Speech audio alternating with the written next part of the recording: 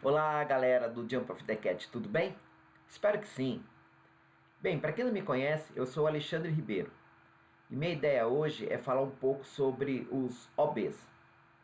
Nos cursos que ministro, muita gente me pergunta sobre os OBs, né? O que são, existem outros OBs, para que servem? E a ideia do Jump of the Cat de hoje é exatamente isso. Vamos conhecê-los um pouquinho mais. Vamos lá?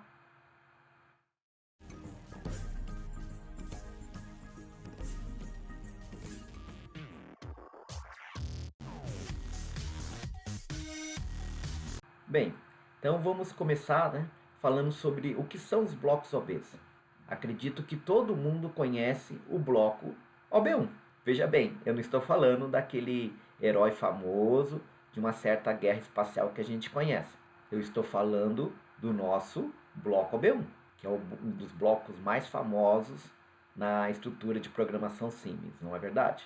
Bem, sobre os blocos OBs, né, a pergunta que me fazem muito é o seguinte: existe mais de um bloco OB? Para que servem os blocos OBs, além do bloco OB1? Como são divididos esses blocos OBs? E quais suas principais aplicações? É isso que muita gente me pergunta em sala de aula, né? Ou seja, até mesmo em consultorias que a gente faz no dia a dia. E esse é o nosso foco principal desse vídeo de hoje.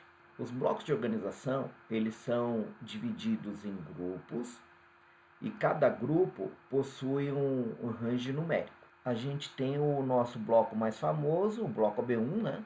Temos aqui um bloco de startup, né? Interrupção cíclica, os blocos OB de erro. E o objetivo dessa breve apresentação é mostrar um pouco sobre esse mundo dos OBs. Como eu disse, os OBs são divididos em grupos e por range numérico. Cada grupo ela vai ter uma funcionalidade, uma aplicação, como eu acabei de mostrar aqui para vocês. Essa funcionalidade ela é determinada pelo próprio sistema operacional da CPU. Cabe então ao programador, o manutentor, né, conhecer esses blocos OBs e saber se vai ou não utilizar em sua programação. Agora preste muita atenção. A quantidade de blocos OBs que eu vou ter disponível em minha CPU depende, primeiramente, do modelo que eu estou trabalhando. Claro que a linha E7300 ela tem alguns OBs diferentes de outras linhas de CLP Siemens, né? Por isso é tão importante saber qual é o hardware da Siemens que vocês estão utilizando. E dentro da mesma família, a quantidade de OBs pode mudar. Vou começar explicando para vocês o OB1. Então, o nosso bloco OB1 é o bloco mais famoso. Lembra, não é aquele OB1, né? Que eu já apresentei, né? É o nosso bloco OB1, né? Todo projeto vai existir esse bloco, porque ele é o bloco cíclico da CPU. Toda vez que o programa acabar, inicia de novo. Outra característica do bloco OB1 é que ele vai trabalhar 365 dias por ano, 24 horas por dia. A única forma do OB1 parar de rodar é se a CPU entrar em stop ou desligando a CPU. Mas existe, por exemplo, aqui o bloco startup, que é o bloco de partida. Toda vez que a CPU partir, ela está em stop ou está desligada. Quando eu partir a CPU, se tiver programado o bloco OB100, o bloco OB100 será disparado pelo sistema operacional da CPU.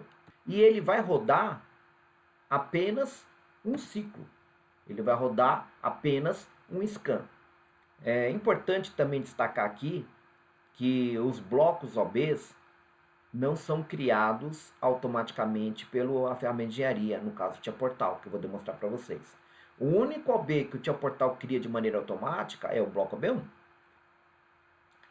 Vamos agora apresentar um outro grupo de OBs para vocês, que é o grupo de interrupção por tempo. Existe o Time of Delay, existe o Time Delay Interrupt e existe o Cycle Interrupt.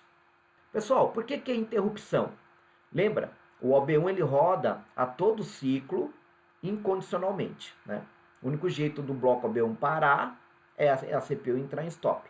Porém, ele vai ser interrompido por qualquer outro OB. Então, os outros OBs são denominados OBs de interrupção. Então, interrompe o ciclo do OB1, aonde tiver, o sistema vai lá, dispara o outro OB em questão, executa esse OB durante um ciclo, uma varredura, né? E aí volta para o ponto de interrupção do bloco OB1. Os outros OBs, então, eles só são disparados apenas uma vez a cada evento. O evento que ele está pré-determinado a rodar. O primeiro que eu vou mostrar para vocês é o Time Delay Interrupt. Lembra que eu falei que são divididos em grupos e por range numérico? O grupo é a interrupção de tempo e esse cara vai ser o bloco OB20. Como padrão, ele nasce como um bloco OB20. Esse OB eu vou ter que fazer um programinha, eu vou ter um bloco de biblioteca que vai disparar ele. Esse é o único bloco OB que eu tenho que fazer um programa. Temos aqui o ciclo interrupt, interrupção cíclica. Esse bloco eu vou criá-lo, ele nasce como OB30. Quando eu programar, por exemplo, um bloco OB30 para rodar, eu vou ter um campo para mostrar de quanto e quanto tempo eu quero que ele rode. Vencido esse tempo, o OB1 é interrompido e executa o bloco OB30 durante um ciclo, um scan, uma varredura.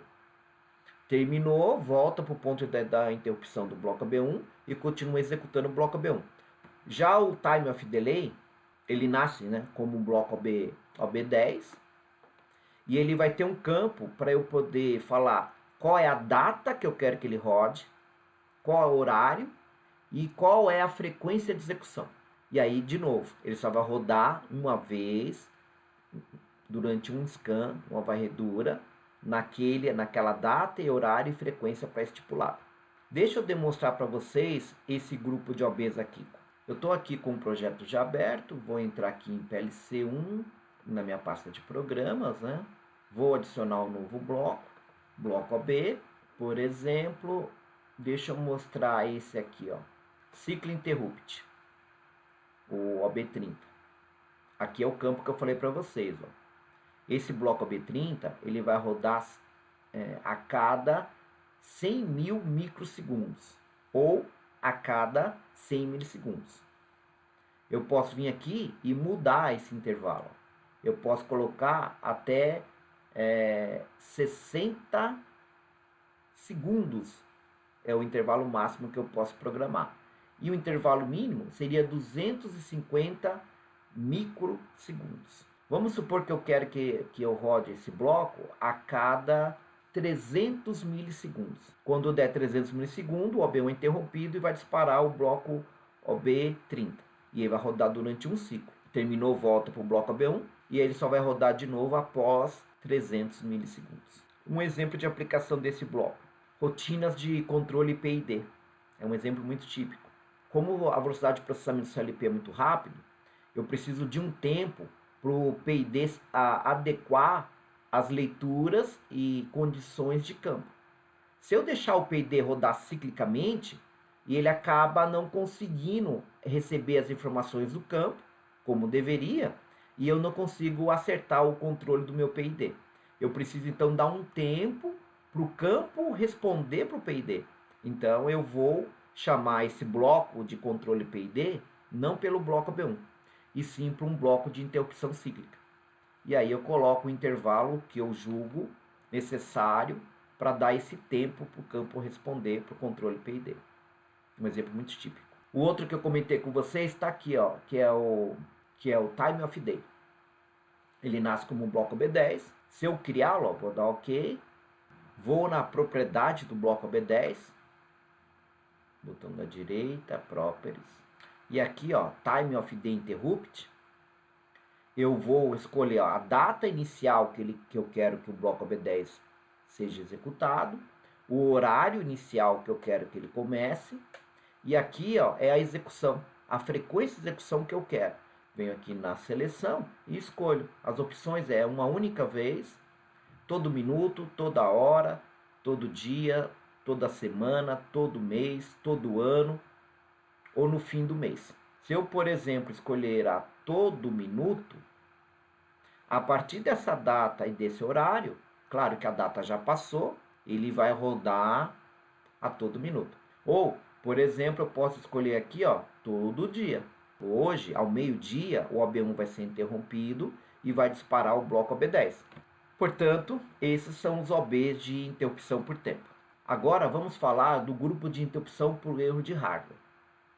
Toda vez que o sistema operacional da CPU detectar algum erro de hardware ou de software, vai existir um grupo de OBs que vai rodar nesse momento.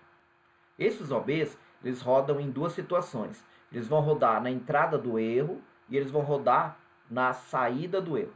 E nesse grupo de blocos OBs de erro, eles são subdivididos em dois, que são os erros de hardware e os erros de software. Eu tenho eles, o Time Error Interrupt, é o OB80, e ele é um OB de estouro de ciclo. Nós temos o tempo de monitoramento do CLP máximo, que é de 150 milissegundos, que vem configurado de fábrica. Caso o meu ciclo de execução ultrapasse esse tempo, o sistema vai entrar em stop, o CLP vai parar e dispararia o bloco OB80. Ah, tá. Se eu programar o bloco OB80, a CPU não entra mais em stop. Uma das funções dos blocos OB de erro é não deixar a CPU entrar em stop. No caso do 1500, ele só entra em stop em duas situações: estouro de ciclo e erro de programação. Já no caso da família 300 e na família 400, qualquer erro vai parar a CPU. Daí a necessidade, caso você não queira que a CPU entre em stop, dos blocos OB de erro.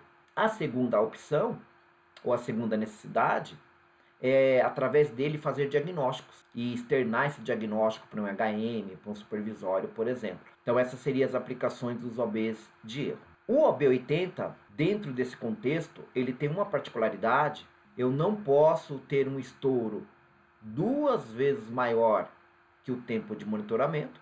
Outra característica é que o bloco OB80, o sistema não vai permitir que haja 2 estouros consecutivos. Estourou uma vez, o sistema encontrou o bloco OB80, não vai entrar a CPU em stop. Ele vai liberar para o próximo ciclo, desde que esse estouro não foi maior que 2 vezes o tempo de monitoramento. Ele vai para o próximo. Aí no próximo, estourou de novo. Opa, estouro consecutivo. Vai parar a CPU. E aí eu posso entrar nesse bloco e fazer um programinha de diagnóstico, de falha, etc. Aí nós temos o bloco de diagnóstico de interrupção, que no caso seria erros de módulos, né? Qualquer módulo que entrar em falha, lembre-se que no caso do 1500, o CLP só para por estouro de ciclo ou erro de programação.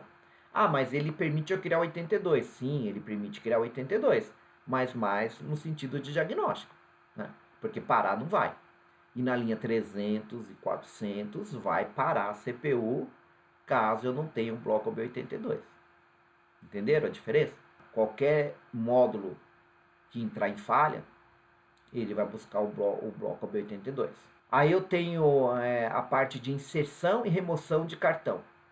Em módulos de I/Os que permitem troca quente, no caso de remotas ET200S, remotas ET200SP, remota ET200M com bus ativo, né? A linha 400, né? Que permite a troca quente, soltar um cartão, né? Desplugar um cartão ou inserir um cartão, vai rodar o 83. Aí eu posso fazer um diagnóstico nesse sentido.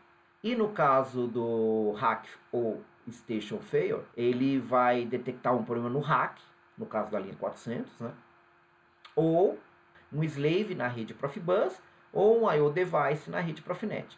Aí eu vou ter um grupo de OBs que tratam erros de software. E nesse caso vão existir dois: o Programming Error, I/O Access Error.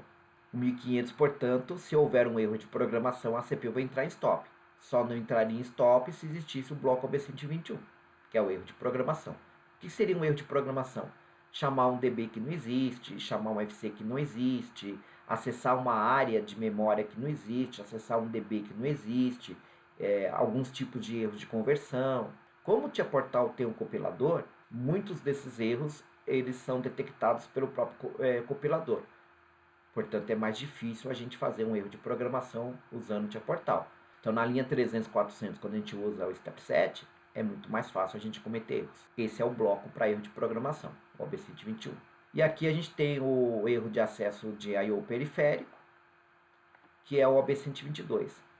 I/O periférico não leva a CPU para stop, no caso 1500. O que seria o I/O periférico? Quando você consulta, por exemplo, um IW0, você está consultando uma imagem dessa entrada. Você não está indo no cartão. Você está indo numa imagem que foi feita no início do ciclo. Quando você digita IW0 2 pontos P, você está fazendo um acesso periférico. Ou na linha 300, quando você digita PIW0, se esse acesso periférico não existir, ou seja, se esse endereço físico não existir, a CPU vai entrar em stop. Para não parar, precisaria o OB122. A CPU entra em stop na linha 300, 400. Na linha 1500, eu só usaria para fazer diagnóstico e sinalização. Esses são os OBs de erro. E aí, para concluir, eu vou dar um exemplo aqui, ó. A gente tinha configurado o bloco OB10, ó, só para vocês verem a aplicação, né?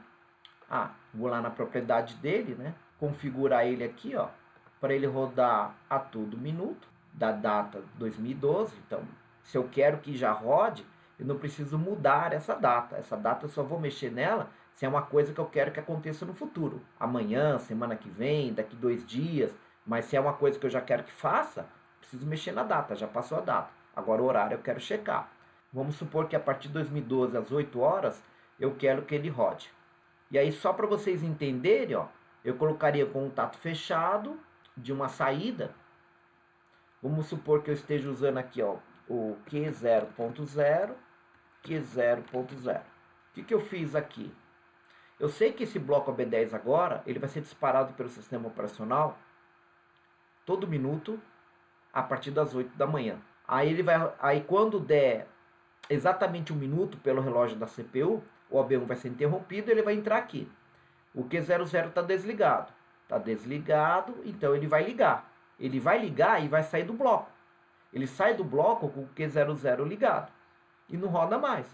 Para rodar o OB10 agora, só vai rodar depois de 1 minuto. Quando o relógio CLP mudar de novo para 1 minuto, o OB1 vai ser interrompido e vai rodar o OB10 de novo. Ele vai detectar que o Q00 estava ligado, então esse contato vai abrir e vai desligar. Ou seja, eu fiz um pisca-pisca de 1 minuto. Deu 1 minuto, liga, deu 1 minuto, desliga. Foi uma brincadeirinha que eu quis mostrar para vocês, só para entenderem, né, o conceito dos blocos OBs. Bem, pessoal, essa foi minha ideia dessa apresentação dos blocos OBs para vocês, né? Eu espero que tenham gostado, eu espero que tenham curtido. Não deixe de se inscrever no canal, não deixe de divulgar para os colegas, os amigos sobre o canal. Entre no canal, façam comentários, sugestões, né? Aguardo vocês então em novos vídeos. Fiquem com Deus, muito obrigado pela atenção e até uma próxima. Valeu, galera!